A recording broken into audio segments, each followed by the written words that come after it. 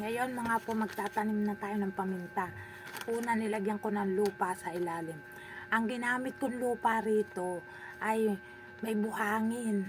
Lupa at buhangin. Hindi ko na pinakita sa inyo kung paano paggagawa ko. Basta, kung magtatanim kayo, lupa at buhangin i-mix nyo. Ito, may ugat ito po.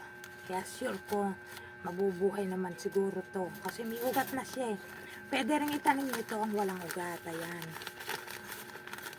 Ito ang pakita ko sa inyo ngayon ng procedure ng may ugat. Ganyan lang mga po. Tapos lagyan ng lupa. Paminta to po paminta. Yan. Buhangin at lupa.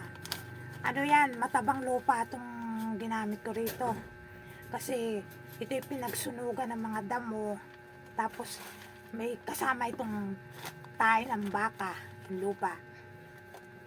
Yan. Ang pagdidilig nito, mga po, isang beses lang sa loob na isang linggo. Huwag na nyong ulitin. Tapos, huwag muna nyong lalagay sa nainitan. Hintayin nyo siya. Doon lang siya sa hindi naulanan. Tapos, hindi mainit. Ganyan ang pagtatanim ng paminta. Madali lang naman itong buhayin mga po. Yan.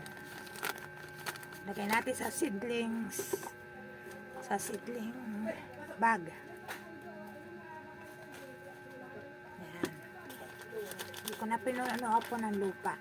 Kasi pag ito'y nabuhay, lalagyan ko ulit ng tayo ng baka.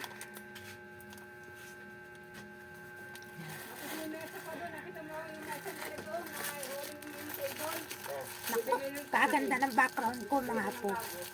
Maririnig niyo ang boses ni Kadidi. Binubutas ko mga po itong ilalim. Ang ituturo ko naman sa inyo, yung walang ugat, kung paano ang pagtatanim ha. Yung walang ugat. Ganyan. Lahat itong ugat po. Tatanim natin ha.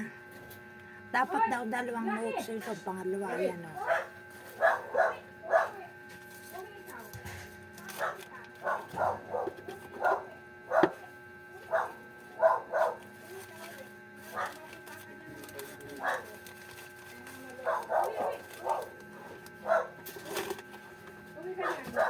Malaki lang itong konti. Baka naman kakasya na. Hindi ba kakasya na? Kasya naman kung ano. Ang gagawin ninyo mga apo ganito, ipopold nyo pag ito walang ugat. Popold nyo. Ayan, nakapold na. Para magkaugat agad siya. I-fold nyo yung paminta. Ayan. Tapos, didiligin nyo isang beses lang sa loob na isang linggo ha. Ang ulit nito, halimbawa ngayon, anong araw ngayon? Martes. Sa Martes na uli nyo didiligin. Bali isang linggo bago diligin. Ganyan ang pagtatanim ng paminta.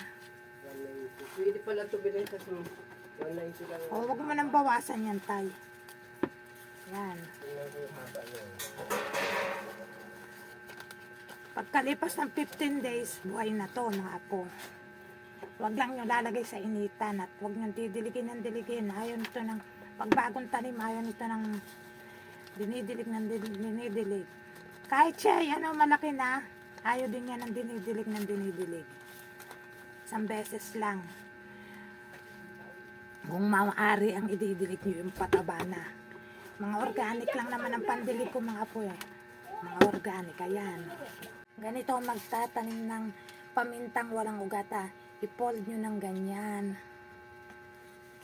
Tapos ipasok nyo sa seedling bag. Ang dami naman kasing sanga. Yan mga po. Para mas mabilis sumugat, putulin natin ito.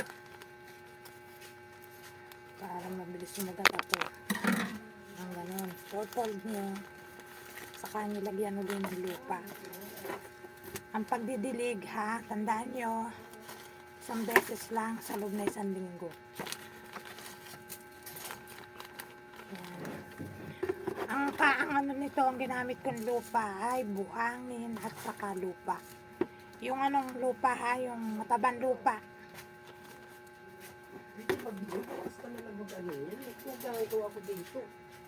Hindi, matatapos na, sandali lang. Na-record ka na yung salita mo. Pang video lang ito, sandali. Ayan o, mga apo. Ayan. O, tapos